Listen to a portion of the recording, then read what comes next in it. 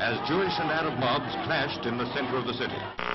It remains to be seen whether a threatened full-scale war will materialize. جنود يعتلون منازل والقناصة لا يتورعون عن إطلاق النار على كل شيء يمر أمامهم بمن فيهم الصحفيين.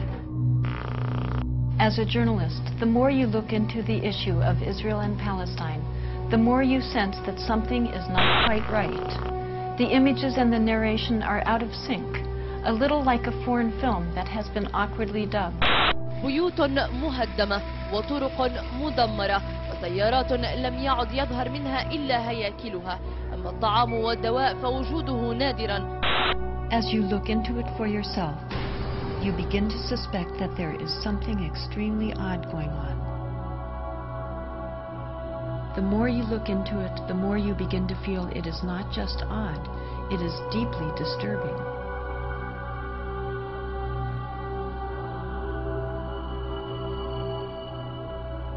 Our media portray Mideast violence as though it's an inherent part of the culture and region, implying that the Israeli-Palestinian conflict is an ancient problem with little hope of solution. دمار يخلفه الجيش الإسرائيلي في كل شبر من الضفة الغربية.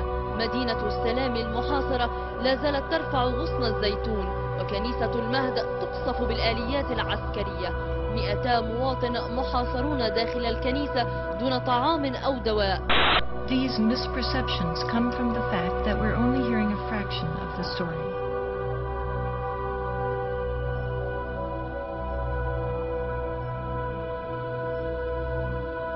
You are about to witness images and testimony largely hidden from mainstream America.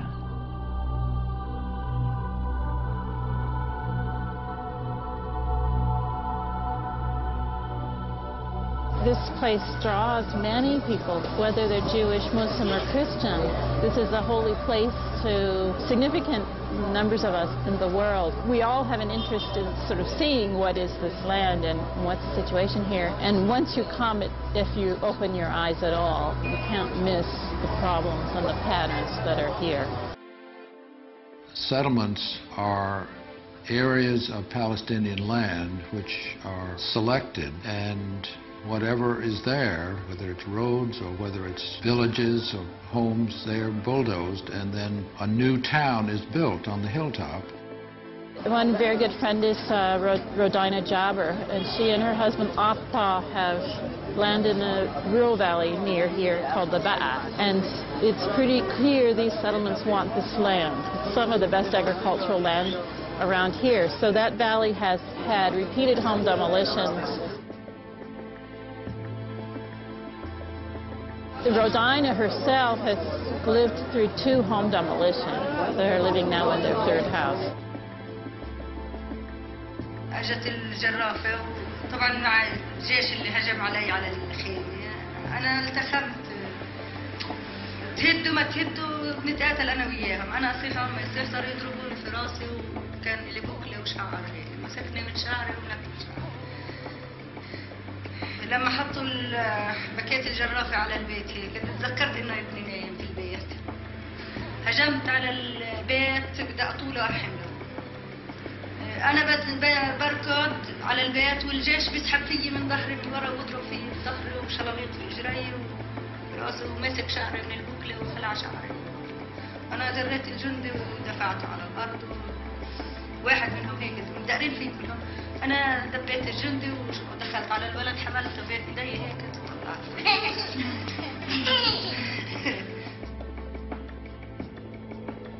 Rodina and her children were once again homeless and had to endure living in a tent for many months. Her husband Atta was even imprisoned for protesting the destruction of their home. قاعدين انا وياهم قاعده بطبخ لهم على الحطب وعلى النار وقاعده بطبخ لهم. رابطه حبل في التينه خيط حبل رابطها في التينه من فوق وبتلف على رقبتها وحاطه هيك بتشرب في حالها. يما شو بتساوي شو هذا؟ قال خلص يعني احنا بدنا نضل قاعدين في الشمس تحت التينه بدناش نعيش بدنا نموت حالنا. فكيتها ساعتها كان الوضع مأساة وبشكل يعني تصور قديش ام قاعده من اولادها بينتحروا قدامها. يعني حالتها بالنفسيه لا تحت الصفر. في الليل حتى الليل والله ما بنناموا بالليل، طول الليل والله ما بنناموا. يما شوفي مين، يما شوفي الجيش. يعني قبل 3 ايام اجانا الجيش، هذا تصوت من شقه وهذا يصرخ من شقه وهذا حاملته، والجيش بيقول هاتي هويتك، هاتي الهويه، ومن دون ضوء. بقول لهم يما ما تخافوش، بسكت فيهم، بمسكهم بعبطهم، انا بكون خايفه اكثر منهم. شو بدنا نسوي؟ Here you have Palestinians that have no input whatsoever in the policies that are made. They're not on the city council. They're not in any of the decision-making bodies in the West Bank or Gaza. They're certainly not in the government. The policies are made in order to ensure Israeli control. So the law is designed in a way, in a very cynical way, to prevent Palestinians from building and to keep them confined in little islands, so that most of the land of the occupied territories is free for Israeli settlement. These are armed settlements, about 190 of them, spread all over the West Bank. Settlements are strategically built colonies of Israel that are connected by a network of roads which separate each Palestinian community from the next and confine their ability to expand. They are often constructed around the best farmland and water resources. They are surrounded by barbed wire. They are armed inside. Settler residents are required to be armed by the Israeli military. And they are defended from the outside by the Israeli military itself. The purpose of these settlements today, number one, is to continue the Israeli control and domination of the occupied territories. And the bottom line in all of this is to make Palestinians leave the country. It's a very hard term, I know, but in a sense it's a kind of ethnic cleansing.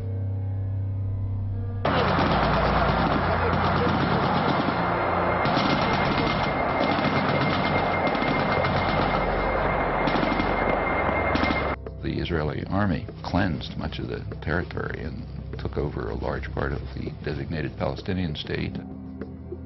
The new state of Israel encompassed 78% of the total land of Palestine.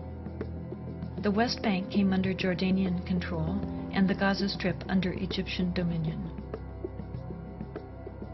Although a truce was declared between Israel and the Arab states, true peace remained elusive, as over 700,000 Palestinian refugees languished in nearby camps, often in sight of homes to which they still held the deeds and a deep desire to return.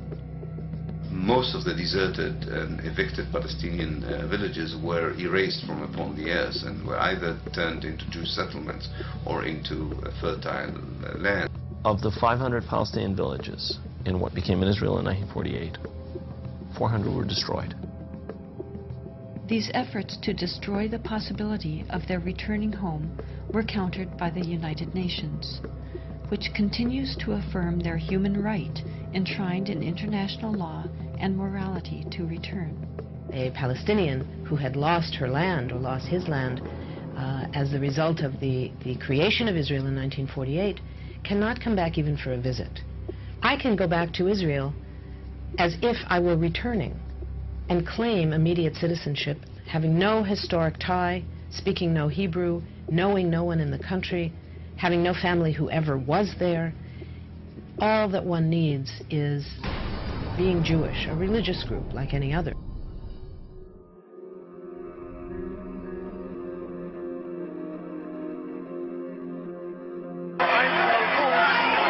I'm a witness. I know the Arabs are very good. No problem till the Zionist movement starts.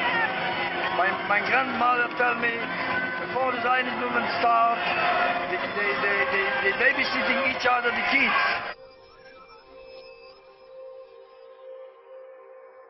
They bar off both each other like brothers, like brothers.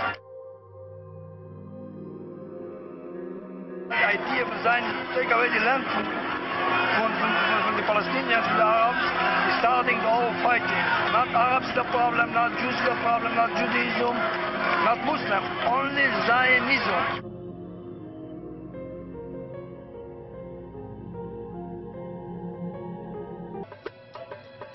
The United States is seen, quite correctly, as being the sole supporter of Israel, and that Israel would not be able to do what it is doing without American green light. The U.S.-Israeli relationship is really unique on Capitol Hill. In my 22 years that I served there was never a moment when there was really a debate about U.S. policy in the Middle East.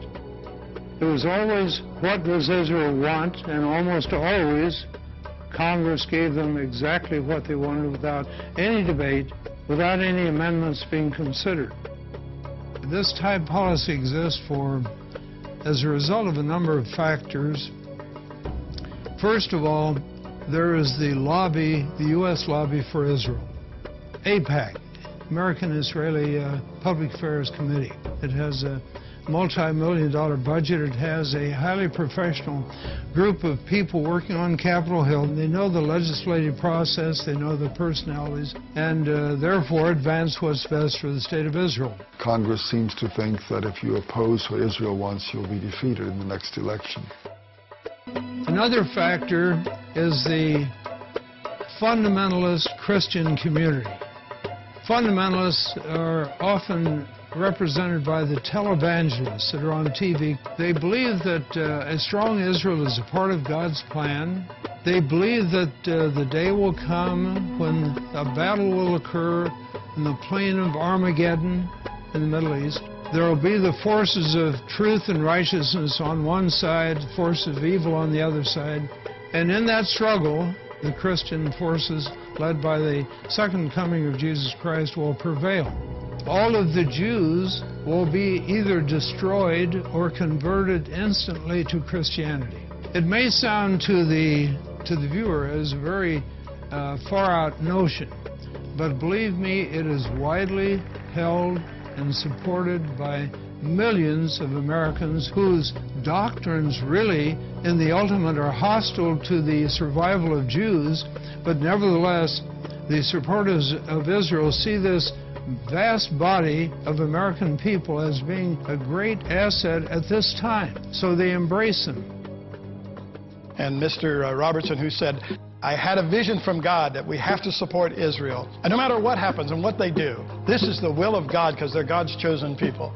A couple of weeks later, he added, and that's when this ministry started really being blessed, when we made that commitment to Israel. Not the commitment to God or Jesus Christ's teachings, but to Israel. And we have come from all the nations of the earth to say to the people of Israel, we are your friends, we are with you, and we believe that you are called by God to possess this land. I, as a Christian and a Christian pastor, object, not in my name, and not in the name of over 115 to 120 million Christians, do you dare say that we support injustice and deceit.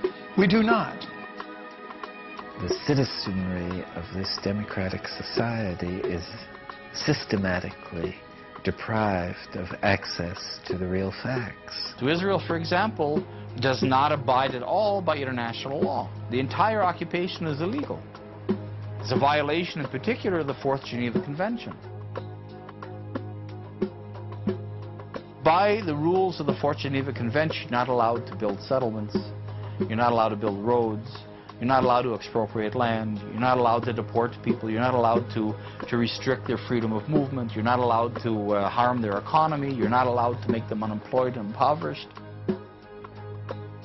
But everything that Israel does in the occupied territories, U.S. taxpayers are paying for.